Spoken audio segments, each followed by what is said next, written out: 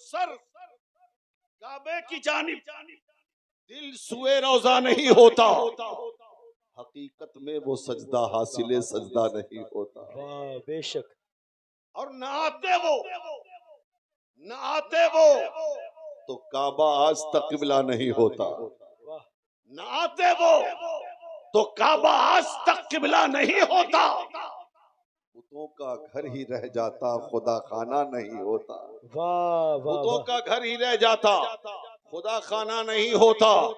اور قیامت تک پکارا جاتا یثرب دار حزن و غم، قیامت تک پکارا جاتا یثرب دار حزن و غم، بغیر آمد کے ان کی وہ شفا خانہ نہیں ہوتا۔ اور فرشتے قبر میں مجھ سے نہ جانے پوچھتے کیا کیا، فرشتے قبر میں مجھ سے نہ جانے پوچھتے کیا کیا، اگر سرکار کا فوراً وہاں آنا نہیں ہوتا، اگر سرکار کا فوراً وہاں آنا نہیں ہوتا۔ اور رحمت رسول پاک کی ہر شے پہ عام ہے، ہر گل میں ہر شجر میں محمد کا نام۔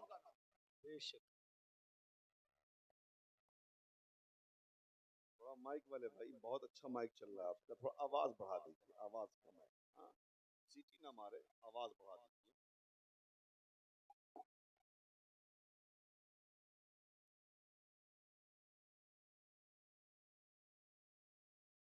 حضرات بارشیں ہوتی ہیں اور ہوتی رہیں گی، لیکن بارش کے ہونے کا مزاج یہ ہے کہ پوری دنیا میں ایک ہی مرتبہ بارش نہیں ہوتی۔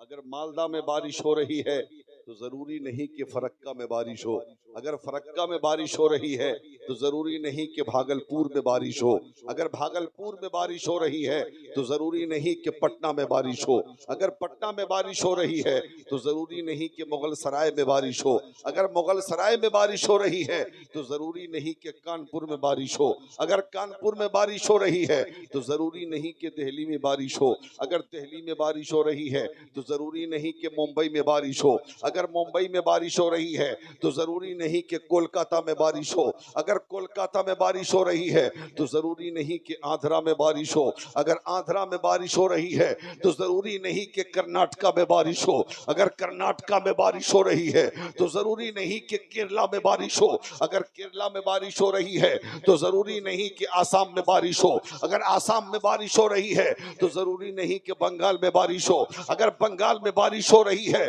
تو ضروری نہیں کہ بہار میں بارش ہو، اگر بہار میں بارش ہو رہی ہے تو ضروری نہیں کہ جھارکھنڈ میں بارش ہو، اگر جھارکھنڈ میں بارش ہو رہی ہے تو ضروری نہیں کہ اتر پردیش میں بارش ہو، اگر اتر پردیش میں بارش ہو رہی ہے تو ضروری نہیں کہ مدھیہ پردیش میں بارش ہو، اگر مدھیہ پردیش میں بارش ہو رہی ہے تو ضروری نہیں کہ چھتیس گڑھ میں بارش ہو، اگر چھتیس گڑھ میں بارش ہو رہی ہے تو ضروری نہیں کہ مہاراشٹر میں بارش ہو۔ تو جہاں بارش ہوتی ہے اسی زمین کا سینہ سیراب ہوتا ہے، جہاں بارشیں ہوتی ہیں اسی زمین کی تشنگی بجھتی ہے، جہاں بارشیں ہوتی ہیں اسی زمین پہ ہریالیاں اگتی ہیں، جہاں بارشیں ہوتی ہیں اسی زمین پہ سبزہ اگتا ہے۔ بلا تشبیہ و تمثیل اے مالدہ کے جیالو مسلمانوں، مجھے کہہ لینے دو، اللہ نے آسمان کا شامیانہ تان دیا، زمین کا فرش بچھا دیا، چاند و سورج کی لائٹ لگا دی، ستاروں کی انجمن کو پیدا فرما دیا۔ جب یہ دنیا سج گئی تو اللہ نے حضرت آدم نبینا علیہ الصلوۃ والتسلیم سے انسانوں کی آمد کا ایسا سلسلہ شروع فرمایا جو آج تک چل رہا ہے اور قیامت تک چلتا رہے گا۔ لیکن جب دنیا میں انسانوں کی کثرت ہوئی تو انسانوں نے خدائے واحد کی عبادت کے بجائے بے ساختہ بتوں کے سامنے اپنی جبین عبودیت کو جھکانا شروع کر دیا۔ کوئی بے ساختہ بتوں کو خدا مان رہا ہے، کوئی پہاڑوں کی بلندی کو خدا مان رہا ہے، کوئی موجوں کی طغیانی کو خدا مان رہا ہے، کوئی درخت کی اونچائی کو خدا مان رہا ہے، کوئی سورج کی روشنی کو خدا مان رہا ہے، کوئی چاند کی چاندنی کو خدا مان رہا ہے، کوئی ستاروں کی انجمن کو خدا مان رہا ہے۔ نتیجہ یہ ہے حق خدائے واحد کی عبادت کو چھوڑ کر بے ساختہ معبودان باطل کو خدا مانا جا رہا ہے، ان کی عبادت کی جا رہی ہے، ان کی پرستش کی جا رہی ہے، ان کے سامنے جھکا جا رہا ہے۔ نتیجہ یہ ہے کہ جب رب کی نافرمانی ہونے لگی تو صبح سے لے کے شام تک اور شام سے لے کے صبح تک انسان اللہ کا بندہ زمین پر زندگی گزار رہا ہے، لیکن لفظ کی نافرمانی کرتا ہے۔ نتیجہ یہ ہے گناہ پہ گناہ ہو رہا ہے، پاپ پہ پاپ ہو رہا ہے، خطا پہ خطا ہو رہی ہے، غلطی پہ غلطی ہو رہی ہے۔ صبح ہو تو گناہ، دوپہر میں گناہ، شام کو گناہ، رات کو گناہ، زندگی کے ہر لمحے میں گناہوں پہ گناہ ہوتے جا رہے ہیں۔ اور جب گناہوں کی تپش کی وجہ سے، گناہوں کی کثرت کی وجہ سے اس زمین کا سینہ تپنے لگا، اس کی پیاس پڑنے لگی، اس کی پیاس پڑنے لگی، اس کی تشنگی میں اضافہ ہونے لگا، ہریالیاں ختم ہونے لگی، تو زمین نے دعا کیا پروردگار عالم یہ تیرے بندے میرے سینے پہ صبح و شام گزارتے ہیں لیکن تیری بندگی نہیں کرتے، یہ بتوں کو مانتے ہیں، یہ آسمانوں کو سجدہ کرتے ہیں، یہ زمینوں کو خدا مان رہے ہیں، یہ چاند و سورج کو خدا مانتے ہیں۔ مولا ان کے گناہوں کی وجہ سے، ان کی کثرت، ان کے پاپ کی وجہ سے، ان کی غلطیوں کی وجہ سے، ان کی خطاؤں کی وجہ سے مولا میری پیاس پڑتی جا رہی ہے، میرا سینہ تپتا جا رہا ہے، میری ہریالیاں ختم ہوتی جا رہی ہے، میرا سبزہ جلتا جا رہا ہے۔ اے پروردگار عالم کوئی بارش بھیج دے جو برسے تو میرے سینے کو سیراب کر سکے، میری تشنگی بجھا سکے، میرے پیاس کو ختم کر سکے۔ رب نے کہا ٹھیک ہے بھیجتا ہوں۔ رب نے کہا آدم تم جاؤ برسو، نوح تم جاؤ برسو، شیس تم جاؤ برسو، زکریا تم جاؤ برسو، الیاس تم جاؤ برسو، ابراہیم تم جاؤ برسو، اسماعیل تم جاؤ برسو، یعقوب تم جاؤ برسو، یوسف تم جاؤ برسو، موسیٰ تم جاؤ برسو، عیسیٰ تم جاؤ برسو۔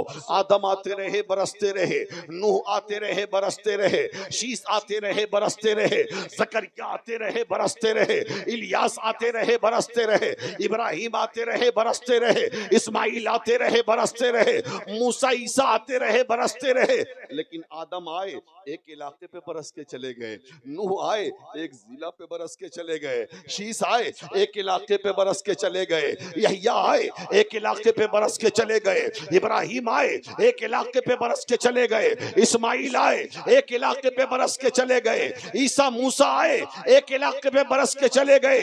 تو زمین نے دعا کیا پروردگار ان بارش کے قطروں سے میری صحت پہ کوئی اثر نہیں پڑنے والا، کوئی ایسی بارش بھیج دے جو ایک بار برسے تو کائنات کی زمین سیراب ہو جائے۔ سبحان اللہ سبحان اللہ، لاجواب، واہ سبحان اللہ سبحان اللہ۔ برسے تو کائنات کی زمین سیراب ہو جائے۔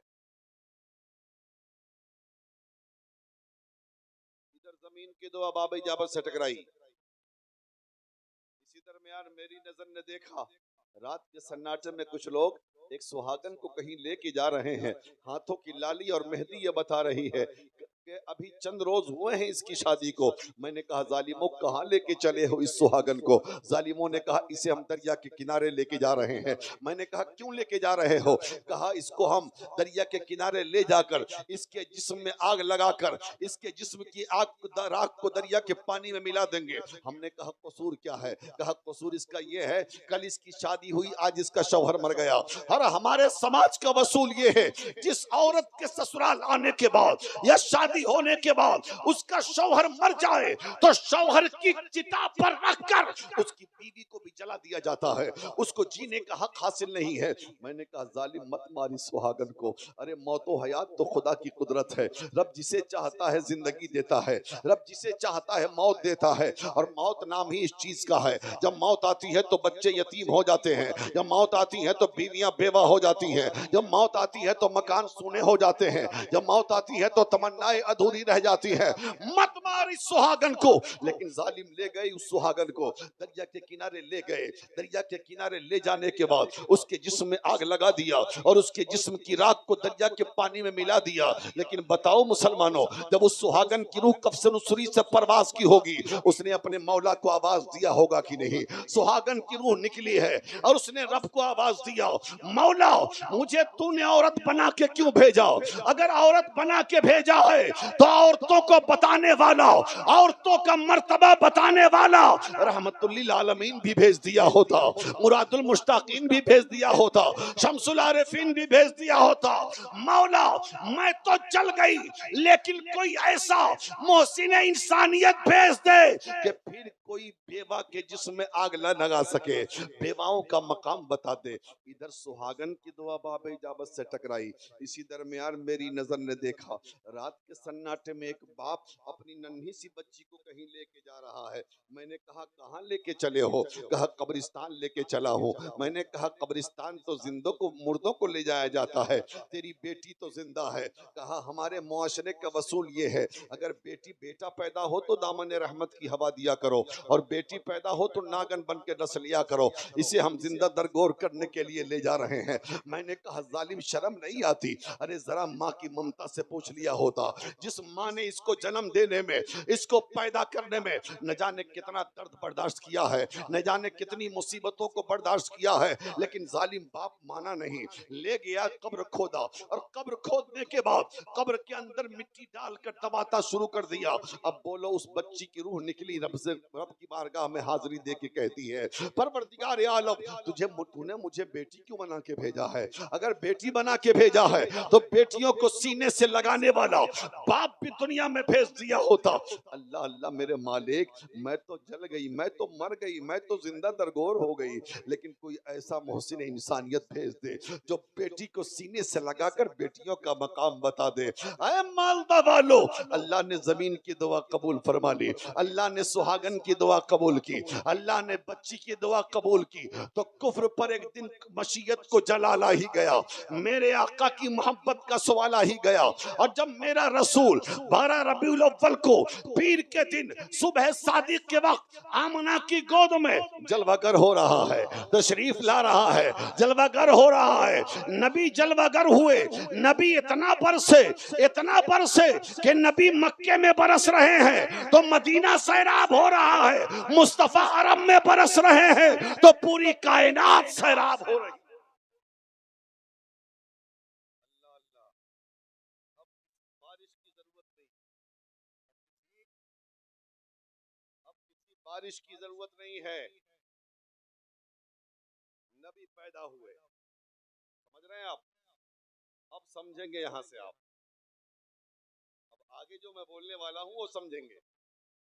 حضور جب پیدا ہوئے نا، حضرت عبد المطلب جو حضور کے دادا ہیں، یہ کعبے کا طواف کر رہے تھے۔ اس کا کعبے کا طواف کرتے کرتے دیکھا کہ کعبہ کی دیوار جھک گئی، جھکی کدھر؟ آمنہ کے گھر کی طرف، ذرا زور سے بولے، آمنہ کے گھر کی طرف۔ حضرت عبد المطلب نے دیکھا تو بڑا تعجب ہوا کہ آج تک کعبے کی دیوار کو کسی طرف جھکتے نہیں دیکھا میں نے، آج پہلی بار جھکا ہے کعبہ۔ حضرت عبد المطلب نے کعبے سے پوچھا کعبہ دنیا تیرے سامنے جھکتی ہے، تو کدھر جھکا ہے؟ زمانہ تیرے سامنے جھکتا ہے، تو کدھر جھکا ہے؟ سارے لوگ تجھے قبلہ مان کر تیرے سامنے جھکتے ہیں، آج تو کدھر جھکا ہے؟ تو کعبہ زبان حال سے کہتا ہے اے سردار مکہ، آج تک کسی نے مجھ کو جھکتے ہوئے اس لیے نہیں دیکھا کہ میرا قبلہ دنیا میں آیا ہی نہیں تھا، آج جھکتا ہوا اس لیے دیکھ رہے ہو کہ کعبے کا کعبہ محمد رسول اللہ آمنہ کی گود میں آ چکا ہے، کعبہ جھک کر اپنے قبلہ کو سلام کر۔ اس منظر کو، اس پیار کو اعلیٰ حضرت نے دیکھا تو پکار اٹھے حاجیو آؤ شہنشاہ کا روضہ دیکھو، کعبہ تو دیکھ چکے کعبے کا داغ۔ تو حضور آئے تھے 1500 برس پہلے، 1500 سالہ جب سے ولادت ہے نا، حضور آئے تھے 1500 برس پہلے، لیکن خوشبو بتا رہی ہے کہ کوئی کل ہی یہاں سے ہو کر گزرا ہے، خوشبو بتا رہی ہے کہ کوئی کل ہی یہاں سے ہو کے گزرا ہے۔ 1500 برس پہلے مصطفیٰ آئے تھے، خوشبو آج بھی قائم ہے۔ جب بات خوشبو کی آئی ہے تو تھوڑی بات خوشبو پر ہو جائے نا، ذرا بیداری لائیے نا، ایسے ہی اتنے سست ہو گئے ہیں آپ۔ ہاں، رات کے بہت زیادہ وقت تو نہیں ہوئے ہیں، لیکن لگتا ہے کہ جلوس میں بہت زیادہ تھک گئے ہیں، اسی لیے سست بھی ہو گئے۔ سستی دور کیجئے، چستی لائیے. ہاں پھر ایسی رات نہیں آتی ہے بار بار. یہ مقدر والوں کو ایسی راتیں ملتی ہیں. آج دامن پھیلا کر اپنے آقا سے مانگ لیجئے، اپنے دامن کو بھر لیجئے، حضور دیں گے، ضرور دیں گے. ذرا محبت سے بولیے یا رسول اللہ، اور پیار سے بولیے یا رسول اللہ. مکے میں بیوہ عورت کے لیے خوشبو لگانا منع تھا، لیکن سیدہ آمنہ کا حال یہ تھا اگر وہ گھر میں ہے تو گھر خوشبودار، مکان میں ہے تو مکان خوشبودار، اگر وہ برآمدے میں ہے تو برآمدہ خوشبودار، اگر آنگن میں ہے تو آنگن خوشبودار، راستے میں ہے تو راستہ خوشبودار، اگر وہ گلی میں ہے تو گلی خوشبودار، بغل سے کوئی گزر گیا تو گزرنے والا خوشبودار. پورے مکہ میں یہ بات مشہور ہو گئی کہ سردار مکہ عبد المطلب تو پابندی لگاتے ہیں کہ کوئی بیوہ خوشبو نہ لگائے، لیکن ان کی بہو حضرت آمنہ جو بیوہ ہیں وہ اتنی قیمتی خوشبو لگاتی ہیں جو خوشبو نہ مکہ کے بازار میں ہے نہ عطر فروش کی دکان میں. اور یہ بات پھیلتے پھیلتے پورے مکے میں پھیل گئی اور شکایت پہنچ گئی حضرت عبد المطلب تک. جب شکایت پہنچی تو حضرت عبد المطلب گھر آئے، اپنی بیوی سے کہا میری شریک زندگی ایسی ایسی بات ہے، ذرا آمنہ سے پوچھو نا کون سی خوشبو لگاتی. انہوں نے کہا آپ خود پوچھ لو. تو سردار مکہ نے کہا بیٹی آمنہ ذرا یہ تو بتاؤ، پورے مکے میں یہ بات مشہور ہے کہ تم بہت قیمتی خوشبو لگاتی ہو، عطر لگاتی ہو، کہاں سے لاتی ہو، کیسا عطر ہے وہ، کیسی خوشبو ہے وہ، آخر کہاں سے لائی؟ اس لیے کہ ہمارے سماج میں بیوہ کو خوشبو لگانا صحیح نہیں ہے اور تم لگاتی ہو، شکایت گھر تک آ گئی ہے، آخر وجہ کیا ہے بتاؤ تو صحیح، کون سی خوشبو لگاتی ہو؟ حضرت سیدہ آمنہ کہتی ہیں اے سردار مکہ میں نے آج تک کوئی خوشبو لگایا ہی نہیں، آج تک کوئی خوشبو لگایا ہی نہیں. تو کہا کہ پھر مکے والے جو کہہ رہے ہیں کہ آمنہ جہاں بیٹھ جائے وہ جگہ خوشبودار، اگر گھر میں ہے تو گھر خوشبودار، دکان میں ہے تو دکان خوشبودار، مکان میں ہے تو مکان خوشبودار، آنگن میں ہے تو آنگن خوشبودار، برآمدہ میں ہے تو برآمدہ خوشبودار، گلی میں ہے تو گلی خوشبودار، شہر میں ہے تو شہر خوشبودار. جھوٹ بول رہے ہیں؟ سیدہ آمنہ کہتی ہے نہیں وہ بھی صحیح بول رہے ہیں، میں نے کبھی خوشبو لگایا نہیں، یہ بھی صحیح ہے. اور مکہ والے یہ بات کہہ رہے ہیں کہ آمنہ جدھر جاتی ہے ادھر ہی خوشبودار معاملہ ہو جاتا ہے، یہ بھی صحیح ہے. حضرت عبد المطلب کہتے ہیں یہ دونوں بات کیسے صحیح؟ جب خوشبو لگاتی نہیں ہو تو خوشبو پھیل کہاں سے رہی ہے؟ خوشبو لگاتی نہیں ہو تو خوشبو آ کہاں سے رہی ہے؟ اللہ اللہ. حضرت سیدہ آمنہ کہتی ہیں اے سردار مکہ یہ خوشبو کسی عطر کے دکاندار کی خوشبو نہیں ہے، کسی مارکیٹ کی عطر کی خوشبو نہیں ہے، بلکہ یہ خوشبو اس بچے کی ہے جو بچہ میرے پیٹ میں پل رہا ہے. زور سے بولیے. یہ خوشبو اس بچے کی ہے. اب بتاؤ جو حضور جو نبی اپنے ماں کے پیٹ میں رہ کر مکے کو خوشبودار بنا رہا ہو، فضا کو خوشبودار بنا رہا ہو، ہوا کو خوشبودار بنا رہا ہو، وہ نبی جب دنیا میں آیا ہوگا تو خوشبو کہاں تک پھیلی ہوگی؟ اسی لیے تو میں کہتا ہوں کہ میرے آقا آئے تو مکے میں لیکن خوشبو مصطفیٰ سے زمانہ خوشبودار.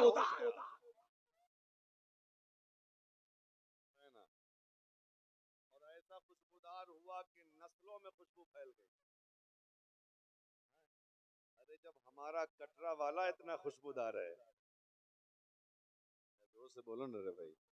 آئے جب دولہا میاں اتنے خوشبودار ہیں، جب مسرور ملت اتنے خوشبودار ہیں، جب مسعود ملت اتنے خوشبودار ہیں، جب غریب نواز اتنے خوشبودار ہیں، جب مدینے والے کے غلام اتنے خوشبودار ہیں تو آقا کتنے خوشبودار.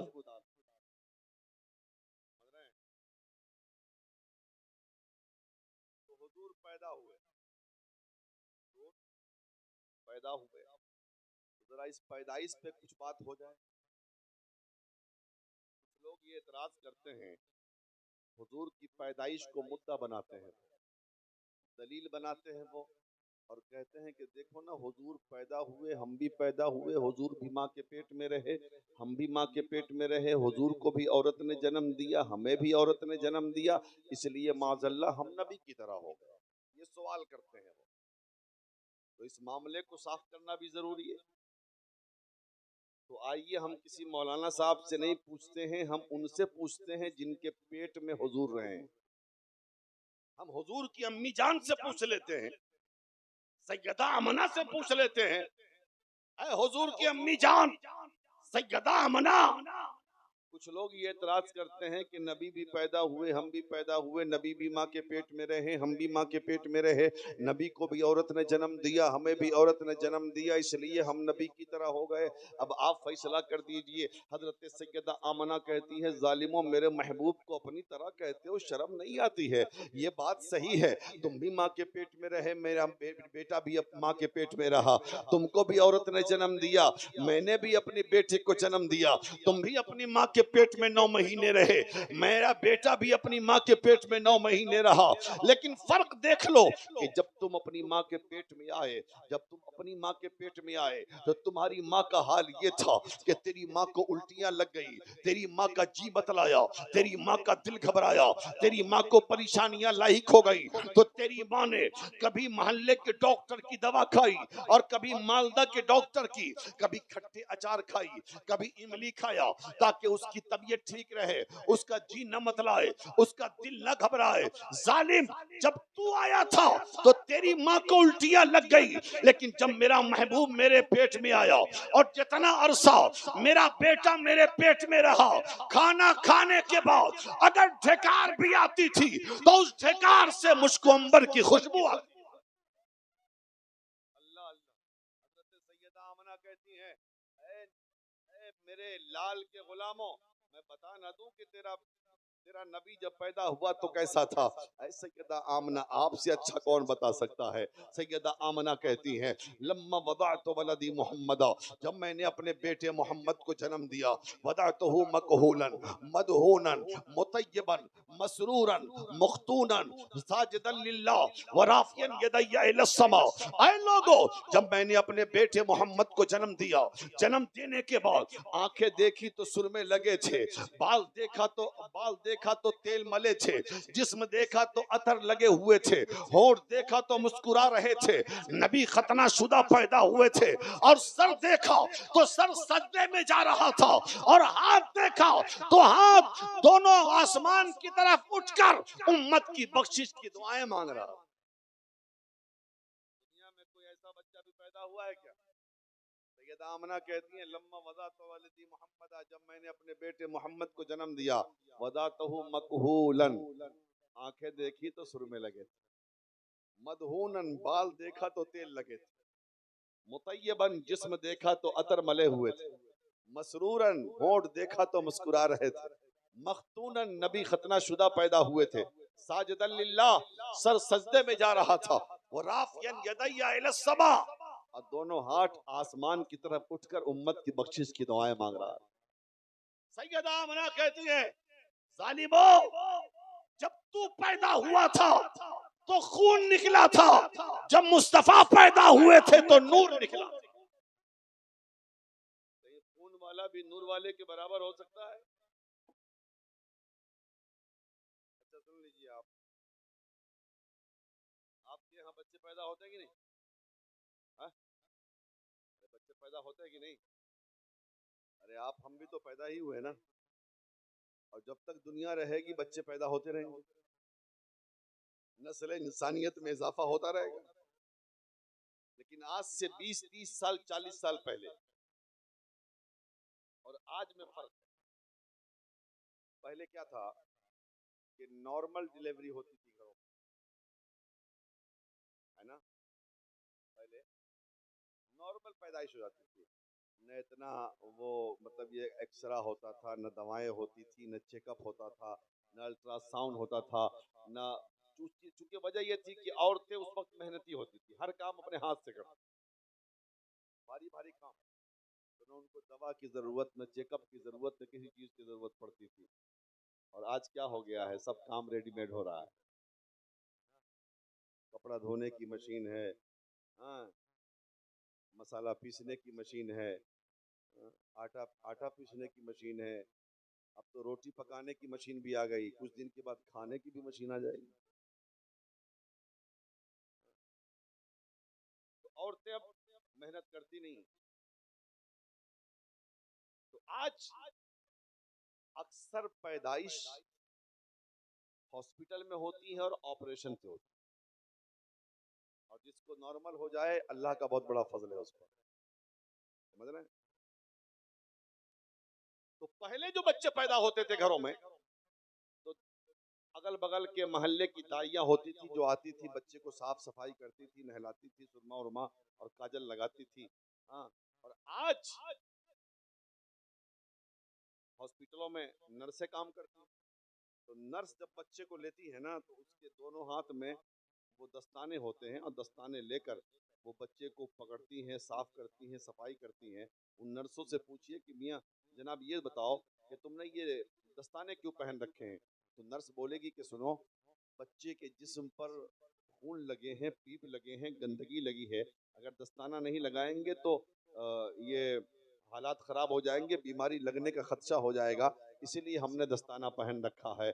جب حضور پیدا ہوئے تو مکہ کی کچھ دائیاں وہاں موجود تھی، ان لوگوں نے حضور کو عام بچوں کی طرح سمجھ کر چاہا انہیں بھی صاف کیا جائے، انہیں بھی نہلایا جائے، انہیں بھی دھلایا جائے، انہیں بھی سرما لگایا جائے، انہیں بھی پاک صاف کیا جائے.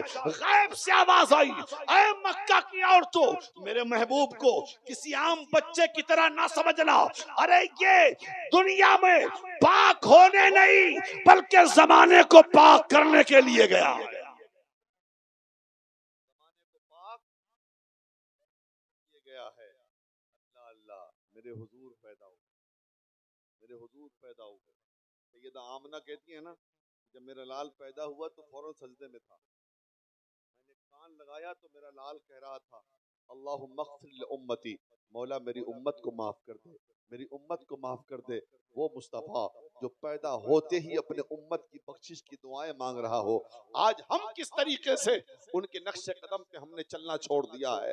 ہم آج میلاد تو مناتے ہیں لیکن مقصد میلاد فوت ہو گیا.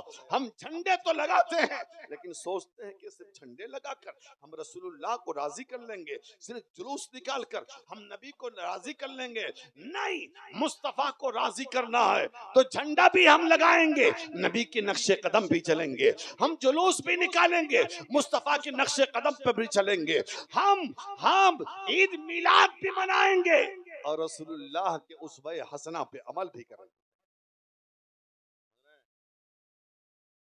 آج پوری دنیا میں حضور کی آمد کا چرچا ہے، حضور کی میلاد کا چرچا ہے، حضور کی تشریف آوری کا چرچا ہے.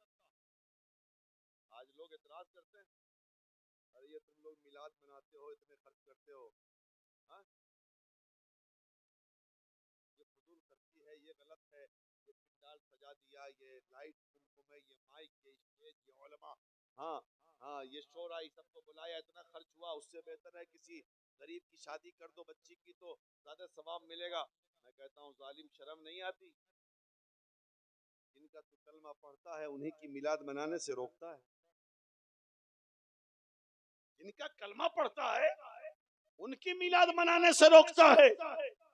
ارے کہیں غلام اپنے آقا کی ولادت کی خوشی منانے سے روکے گا؟ اور سنو، جہاں تک رہی خرچ کی بات، یہ فضول خرچی نہیں ہے، یہ ثواب ہے.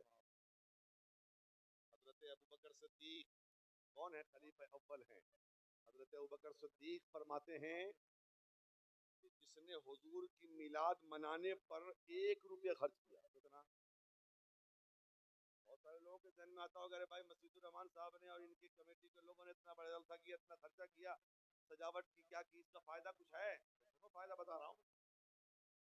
حضرت ابوبکر صدیق فرماتے ہیں کہ جس نے حضور کی میلاد منانے پر 1 روپیہ خرچ کیا، کانا رفیقی فی الجنہ، وہ جنت میں میرے ساتھ ہو. اب تو بول دیجئے نا، جنت میں ابو بکر کہتے ہیں میرے ساتھ ہوگا، اور ابو بکر کس کے ساتھ ہوں گے؟ حضور کے ساتھ۔ ابو بکر کس کے ساتھ؟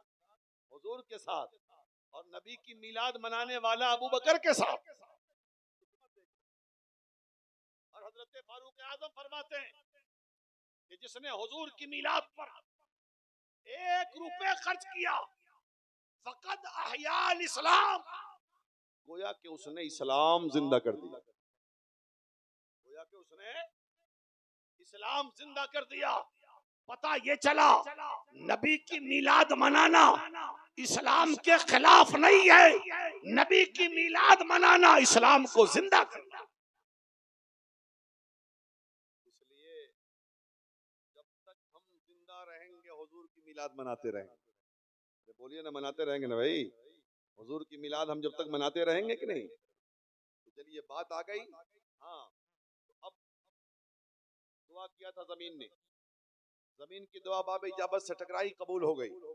اب حضور کی عمر پاک آگے بڑھی ہے، سبحان اللہ۔ حضور 25 سال کے ہوئے، حضور نے حضرت خدیجہ سے نکاح فرمایا۔ جو ہی خدیجہ سے نکاح فرمایا تو بیواؤں کی روحوں نے ظالموں کا آواز دیا تھا، اے ظالموں، تم نے بیوہ کے جسم میں آگ لگا کر اس کے جسم کی راکھ کو دریا کے پانی میں ملا دیا تھا۔ دیکھو مصطفیٰ بیوہ سے نکاح کر کے بیوہ کا مقام بتا رہے ہیں، بیوہ کی عظمت بتا رہے ہیں۔ اب حضرت خدیجہ کے بطن پاک سے حضرت فاطمہ پیدا ہوئی، خاتون جنت پیدا ہوئی۔ خاتون جنت جب پیدا ہوئی تو حضور نے فرمایا فاطمہ تو بذت منی، فاطمہ میرے دل کا ٹکڑا ہے، فاطمہ میرے جگر کا ٹکڑا ہے، میں قرآن ہوں، فاطمہ میری تفسیر ہے، میں نور ہوں، فاطمہ میری تنویر ہے۔ اب میرے آقا نے فرمایا اے لوگو، بیٹیوں کو زندہ درگور مت کرنا، بیٹیوں کو زحمت مت سمجھنا، اس لیے کہ بیٹیاں یہ زحمت نہیں ہے، بیٹیاں اللہ کی رحمت ہے۔ جس گھر میں بیٹیاں پیدا ہوتی ہیں اس گھر میں اللہ کی رحمتوں کا نزول ہوتا ہے۔ تھوڑی سی بات ہم بیٹی کو کرنے گھبرا تو نہیں رہے آپ؟ اب جو جا رہے ہیں تو اب ہم کیا کرتے ہیں؟ تھکے ہوئے ہیں لوگ، اب جا کے سوئیں گے نہیں، وہ ادھر ادھر گھومیں گے، کوئی بیڑی پیے گا، کوئی سگریٹ پیے گا، کوئی گٹکا کھائے گا، کوئی کھینی کھائے گا، سوئیں گے نہیں۔ آپ بیٹیوں پہ ہم ذکر کر لیں، آج ہمارے سماج کا حال کیا ہے؟ اگر بیٹا پیدا ہو تو لوگ رسگلہ بانٹ دیتے ہیں، قیمتی مٹھائیاں بانٹتے ہیں، ماں بھی مسکراتی ہے، باپ بھی مسکراتا ہے، دادا بھی مسکراتا ہے، دادی بھی مسکراتی ہے، نانا بھی مسکراتا ہے، نانی بھی مسکراتی ہے، پورا خاندان خوشیاں مناتا ہے۔ کیا سوچ کر؟ بیٹا پیدا ہوا، وارث آیا، خاندان کی ایک لاٹھی بڑھ گئی۔ اگر بیٹی پیدا ہو جائے نا تو سب کی بات نہیں کرتا، لیکن اکثر لوگوں کا چہرہ اتری بہار کے ستری کی طرح ہو جاتا ہے، سکڑ جاتا ہے، یہ سوچ کر یہ آئی ہے تو 10 لاکھ لے کے جائے گی، 20 لاکھ خرچ کروا کے جائے گی، لیکن آؤ میرے مصطفیٰ کا فرمان سن لو، آؤ میرے حضور کا فرمان سن لو، آؤ میرے آقا کا فرمان سن لو، آؤ امام الانبیاء کا فرمان سن لو۔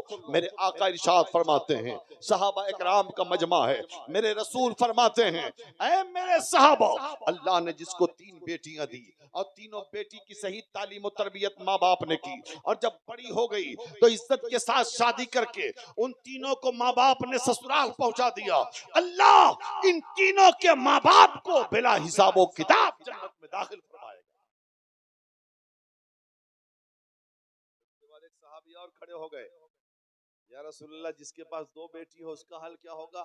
آقا فرماتے ہیں جس کو اللہ نے 2 بیٹی دیا، ان 2 بیٹی کی صحیح تعلیم و تربیت ماں باپ نے کی، اور جب بڑی ہو گئی تو عزت کے ساتھ شادی کر کے اس کو اس کے سسرال پہنچا دیا، اللہ ان کے ماں باپ کو بھی بلا حساب و کتاب جنت میں داخل فرمائے گا۔ پھر ایک صحابی کھڑے ہو گئے، یا رسول اللہ 3 بیٹی والے جنت میں، 2 بیٹی والے جنت میں، آقا جس کو اللہ نے 1 بیٹی دیا ہو اس کا حال کیا ہوگا؟ آقا فرماتے ہیں جس کو اللہ نے 1 بیٹی دیا، اس 1 بیٹی کی صحیح تعلیم و تربیت ماں باپ نے کی، اور جوان ہو گئی تو جوان ہونے کے بعد ماں باپ نے ان جوان بیٹی کی شادی کر کے اس کو سسرال پہنچا دیا، اللہ اس کے ماں باپ کو بھی بلا حساب و کتاب جنت میں داخل فرمائے۔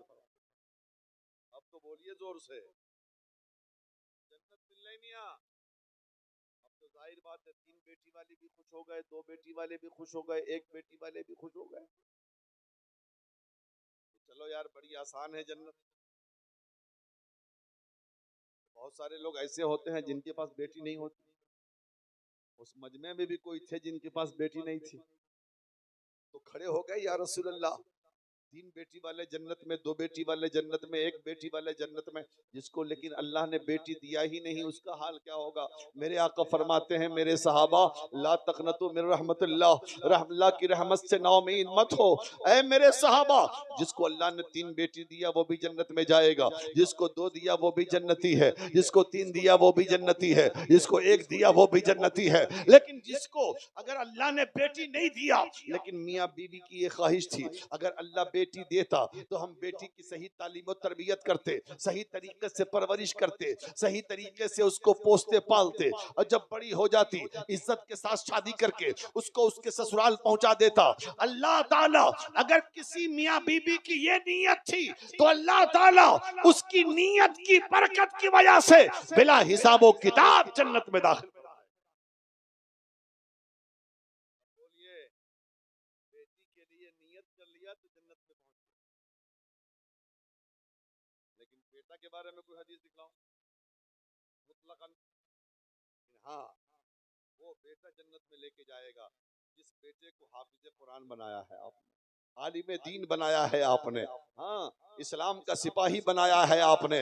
وہ بیٹا صرف ماں باپ کو نہیں 7 خاندان کو بلا حساب و کتاب جنت میں لے کے جائے گا.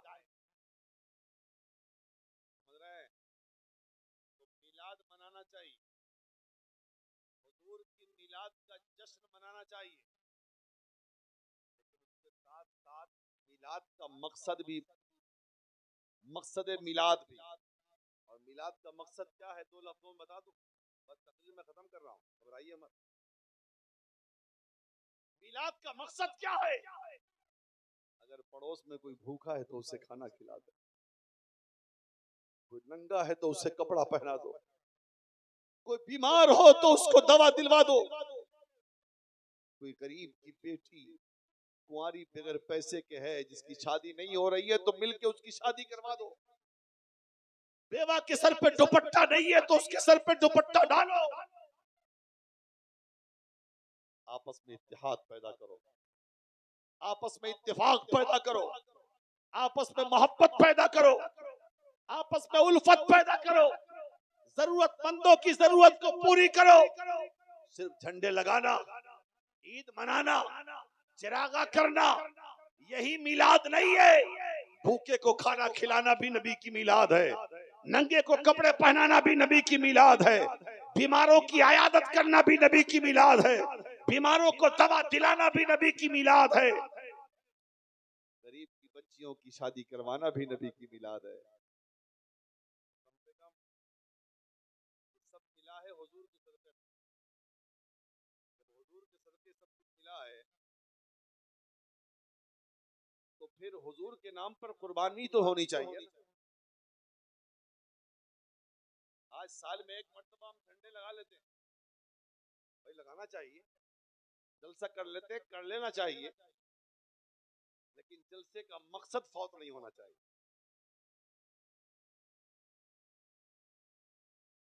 جلسے کا مقصد فوت نہیں ہونا چاہیے. ہاں حضور کی میلاد کا مقصد کیا ہے؟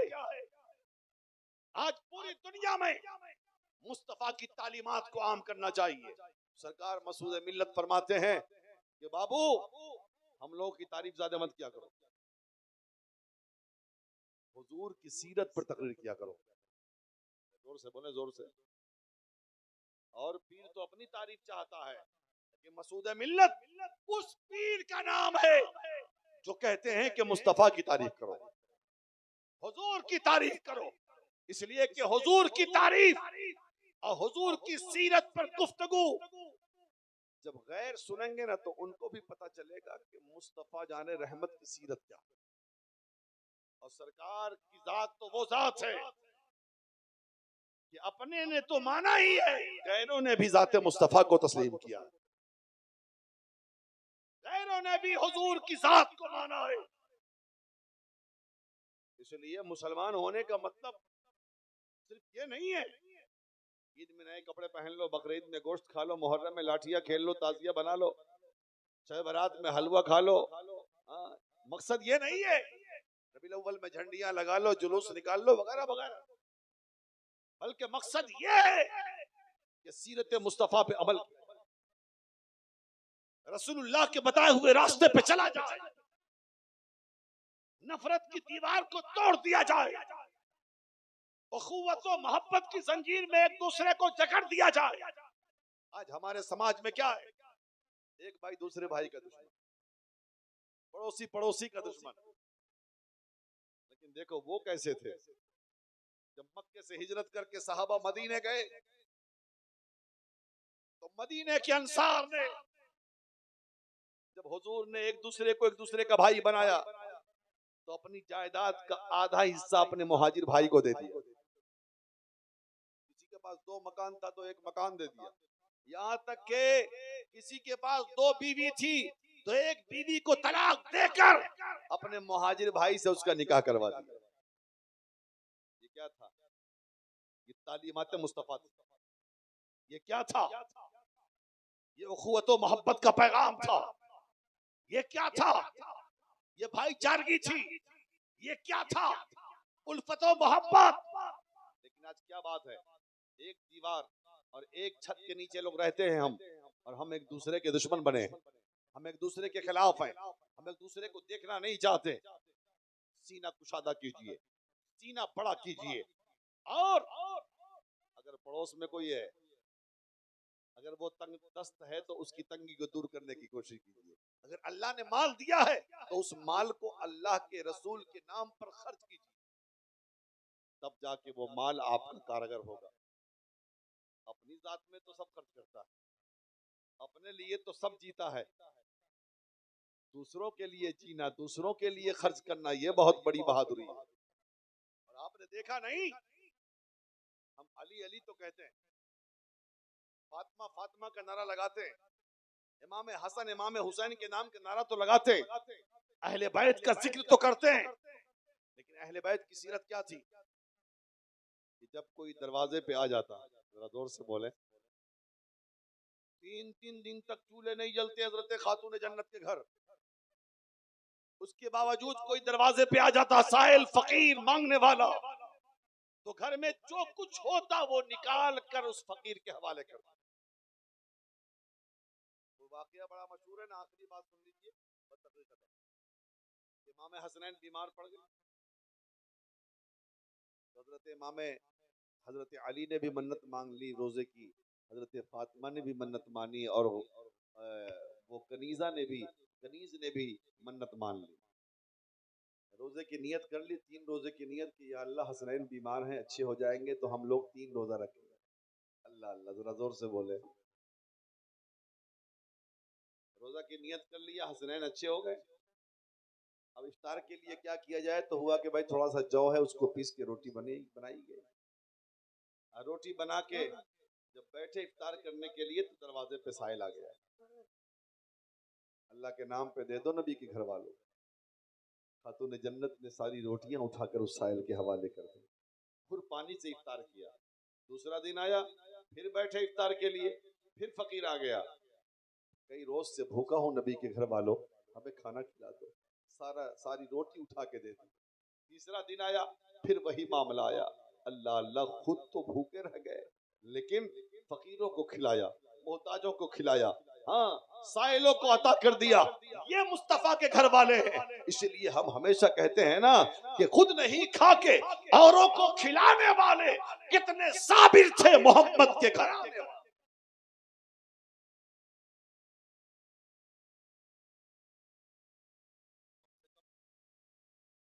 ایک بات ہے نا، ہم کھا کے سو گئے اور پڑوس میں کوئی اگر بھوکا سو گیا تو میدان محشر میں سوال ہوگا کہ تم کھا کے سو گئے، پڑوسی نہ کھایا.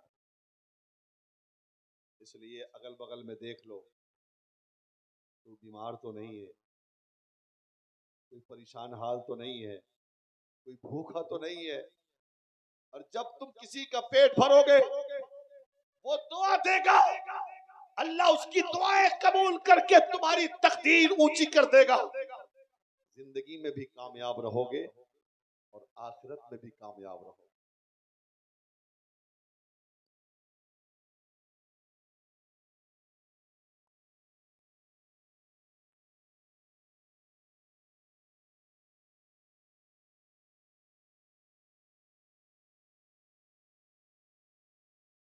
میرے بھائی مقصد میلاد یہ ہے کہ حضور کی محبت میں رہیے، حضور کی سیرت پہ عمل کیجئے، حضور کے نقش قدم پہ چلیے، آل رسول سے سچی محبت کیجئے، ان کے بتائے ہوئے راستے پہ چلیے.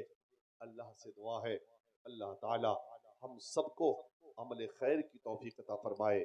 میرے بولنے میں کوئی بھی عمدن سہون خطائیں لغزشیں بھول چوک ہو گئی ہو، میں صدق